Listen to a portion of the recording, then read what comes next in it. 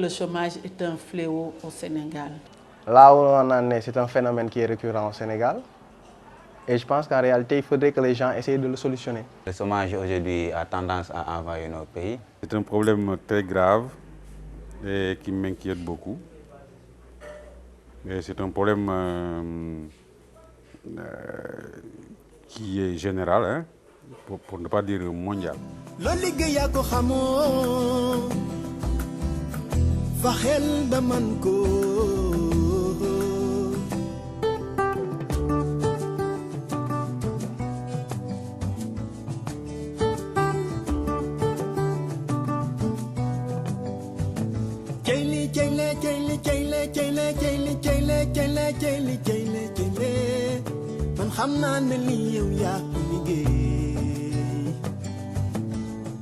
liggéey na nga faxe ba xam ko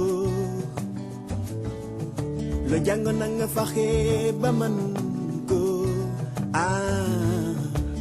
li la yaakam Ibrahima li la yaakam li la yaakam Ibrahima li la yaakam loo doonul taalibeem.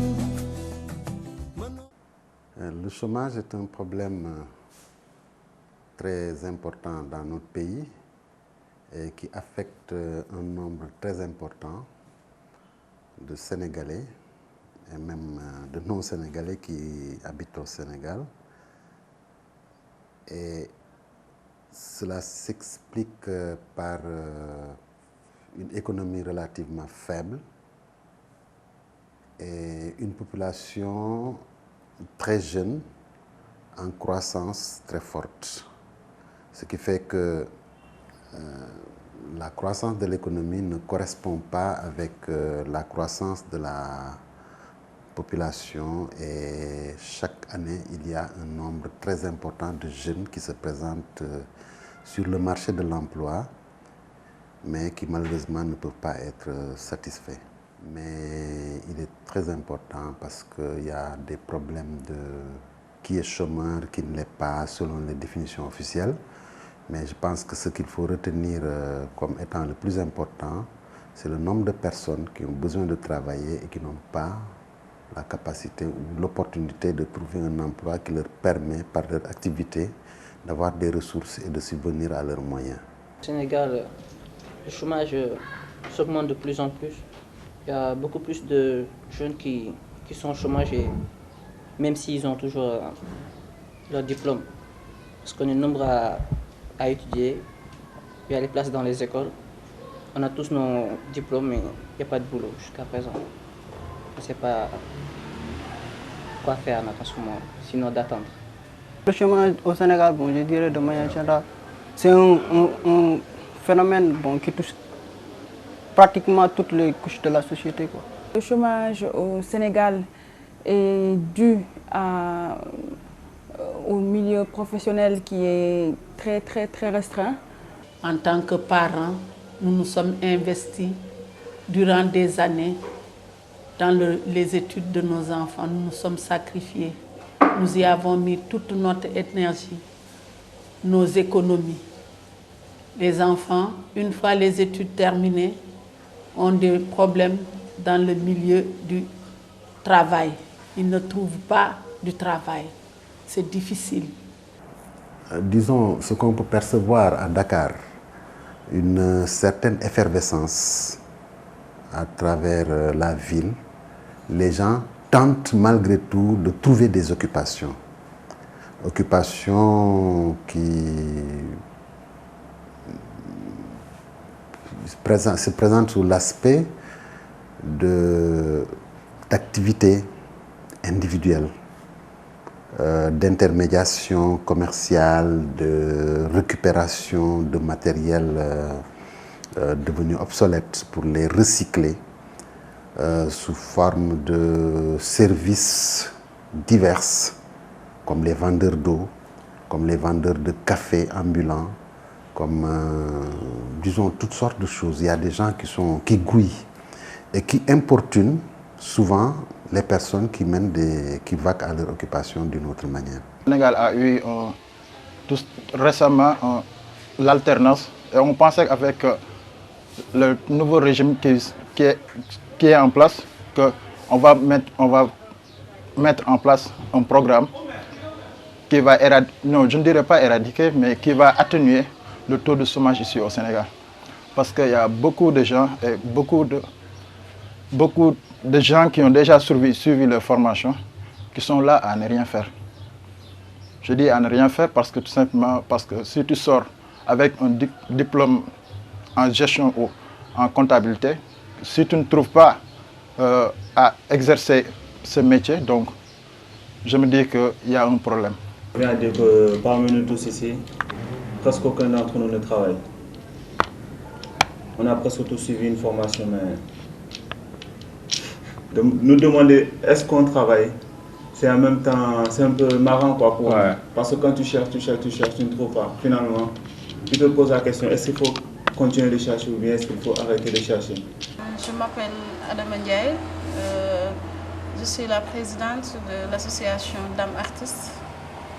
Dames Artistes qui est une association d'entraide féminine et qui se trouve à Andiara.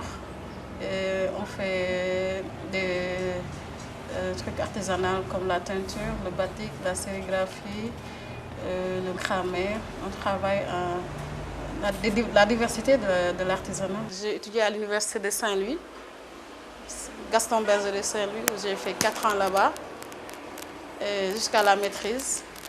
Et juste après la maîtrise, je suis venue à Dakar. J'ai fait 1 année à l'INSUT et j'ai fait la commerce international pendant 1 année. Et après le commerce international, j'ai fait l'artisanat et maintenant je suis dans l'artisanat. Donc j'ai fait anglais, commerce international et après je suis dans l'artisanat. Bon, en fait, le travail, c'est autre chose parce que avant le travail, il y a les stages d'abord.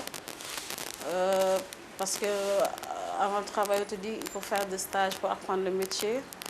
Donc, j'ai déposé dans beaucoup d'entreprises, des grandes entreprises comme la Sénélec, le Sonatel, les compagnies téléphoniques, les banques, partout où le commerce international marchait, dans les ambassades.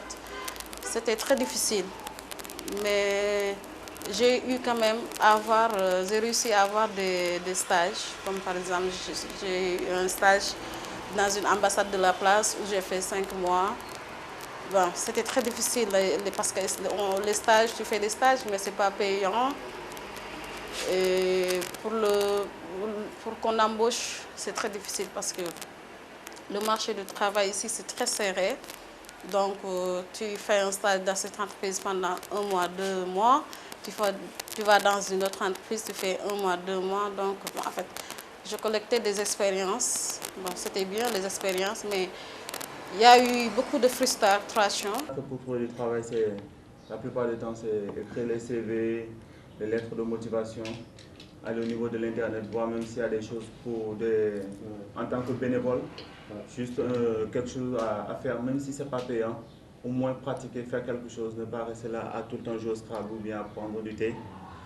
Et quand tu déposes tes CV ou tout ça, quelquefois on te dit oui, reviens, tu repasses, rien. Quelquefois aussi tu y vas, tu fais un entretien, tout et tout, on te dit de repasser le soir pour faire une visite médicale pour voir maintenant si tu es apte pour travailler. Et alors, tu te prépares, par exemple, pour mon cas, pour aller à cette visite médicale. C'est là où on me téléphone pour me dire que ce n'était pas la peine de venir. Pour quelle raison? Je ne sais pas. Il n'y a pas de raison. Juste qu'une autre personne a été prise. Alors, tu te poses la question à savoir, est-ce qu'une autre personne a été prise à ta place parce que c'est une affaire de connaissance ou juste parce que tu n'étais pas quelque chose que tu n'étais pas à la hauteur? En tant que femme, souvent il y a beaucoup de tentations. Il y a les hommes, souvent, quand tu viens pour demander un travail, ils te disent, ben, tu vas venir, tu vas faire un stage de 3 mois ou bien 2 mois. Après, on va voir si tu as bien fait le travail, on va t'embaucher. Mais c'est toujours comme ça. Ils t'attirent et tu viens faire le stage. Et c'est une façon pour eux de t'approcher, essayer de te séduire ou bien te faire la cour. Après, si tu acceptes leurs avances, souvent Il y en a qui réussissent à avoir le boulot, mais pas très longtemps. Donc si tu résistes beaucoup, souvent tu fais 2 mois, 3 mois et ils te laissent. Ils te disent, ben, maintenant tu peux rester chez toi et puis attendre qu'on t'appelle. Donc c'est très difficile. Quand on est fille, les hommes, ce qu'ils voient, c'est seulement pour passer du bon temps avec toi dans les entreprises. Ça a été très difficile et à la fin, bon, je ne pouvais plus tenir. Parce que passer dans cette entreprise, passer là-bas, faire 2 mois, en fait, j'accumulais les expériences, mais en fait, ce que je voulais, c'est avoir un travail fixe, travailler dans une entreprise et pouvoir exercer mes compétences. Mais c'était très difficile. Maintenant, plusieurs gens font des formations et à la suite, tu fais une formation en comptabilité, tu sors, tu deviens secrétaire.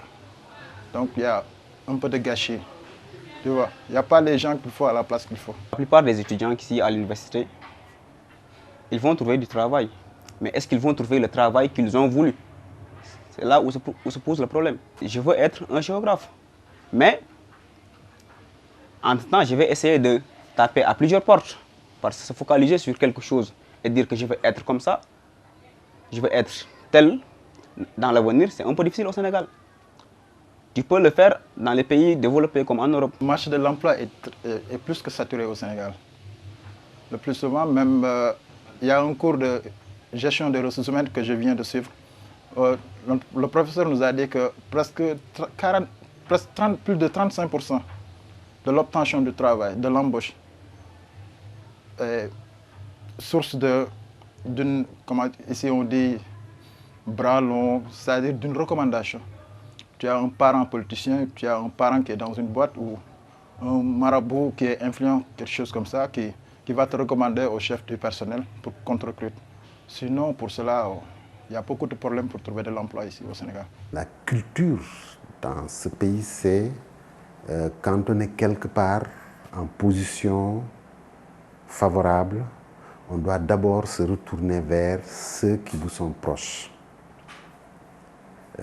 Autrement dit, si de me soucier de l'efficacité des personnels que je recrute pour faire bien le travail de la banque, j'essaierai d'abord de recruter dans mon environnement familial direct,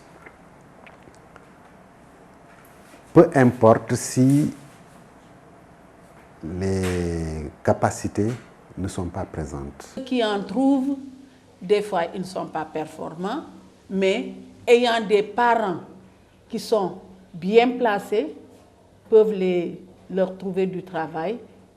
D'autres, eh bien, ils attendront le jour qu'ils auront une chance de trouver du travail. J'entends souvent le président Wade parler de lutte contre la corruption. Mais la corruption, à mon niveau, je pense qu'elle commence au bas de l'échelle. Quand vous prenez quelqu'un par recommandation, ou par parenté ou autre, je pense que vous lésez quelqu'un d'autre. Et quand vous lésez quelqu'un d'autre, est-ce que cela va dans le sens de la conscience professionnelle?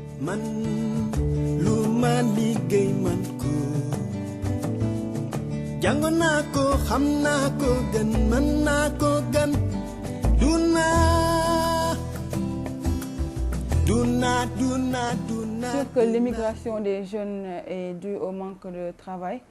Parce que, en fait, comme je l'ai dit tout à l'heure, les jeunes n'ont pas assez de diplômes ou ce qui est requis pour trouver du travail. Donc, ils préfèrent aller dans d'autres pays, notamment les pays occidentaux, dans lesquels ils pourront faire un travail qui ne demande pas trop de qualification et qui leur permet d'avoir au moins quelque chose qui leur permettrait de vivre et d'entretenir en même temps leur famille. L'autre aspect qui affecte la morale, la mentalité des jeunes, c'est cette prédisposition à abandonner son pays pour aller à l'étranger, à l'aventure, en pensant que puisque ça ne marche pas chez moi, je vais à l'étranger, quelles que soient les conditions de ce séjour-là, de ce voyage et puis du séjour à l'étranger. Le résultat, c'est ce que nous observons ces temps-ci. On voit des jeunes s'organiser, prendre des pirogues qui ne sont pas faites pour la navigation longue distance, pour aller braver les périls de la mer et aller en Europe avec. parler du voyage. Le voyage, c'est catastrophique. Aller en mer, comme toute personne qui ne connaît pas la mer, tu auras vraiment une grande peur qu'il va t'attraper. J'ambitionne de terminer mes études, d'aller jusqu'au doctorat, pourquoi pas. Okay? Et ensuite de chercher du travail. Il est sûr et certain maintenant que si je ne trouve pas du travail au Sénégal, je vais devoir m'émigrer. Je trouve que l'État doit essayer de faire une statistique, à savoir quels sont les problèmes, qu'est-ce qui ne va pas avec les jeunes, non pas seulement les jeunes, mais la population entière. Et à partir de cela, voir ce qu'il faudrait faire. S'il faudrait créer des associations, comme il y a déjà aussi dans certains endroits, et aussi essayer de les suivre.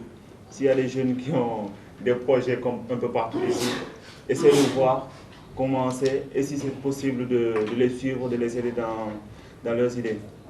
Et à partir de là, je pense qu'il y aura un grand changement. Moi, la solution que je vous propose, c'est de mettre l'homme qu'il faut à la place qu'il faut. Aussi, de donner la chance à tout le monde, parce que chacun a ses chances. Aussi de créer du boulot, des emplois pour tout le monde. Bon. Pour nous, il faut que les vieux nous aident. Parce qu'on dit que les jeunes sont l'avenir de demain. Mais s'ils ne se lèvent pas, nous, on ne pourra rien faire. Parce que sans les jeunes, le monde ne peut pas avancer. Bien que le gouvernement dit que 40% du budget pour l'éducation et tout, moi je pense qu'il y a un suivi à faire. Donc même si on a tous les diplômes qu'il faut, ou si on a 10 ans dans les études, il faut quand même qu'après cela, on puisse appliquer tout ce qu'on a pu apprendre.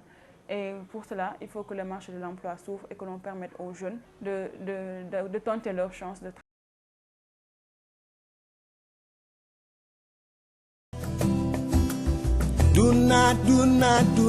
Duna yele. Ah, lo liggéey ko xamoo faxel ba man ko.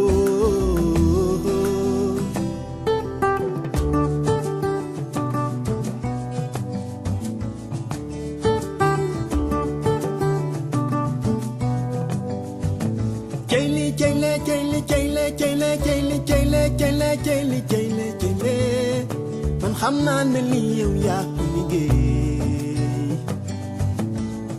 looy liggéey na nga fexe ba xam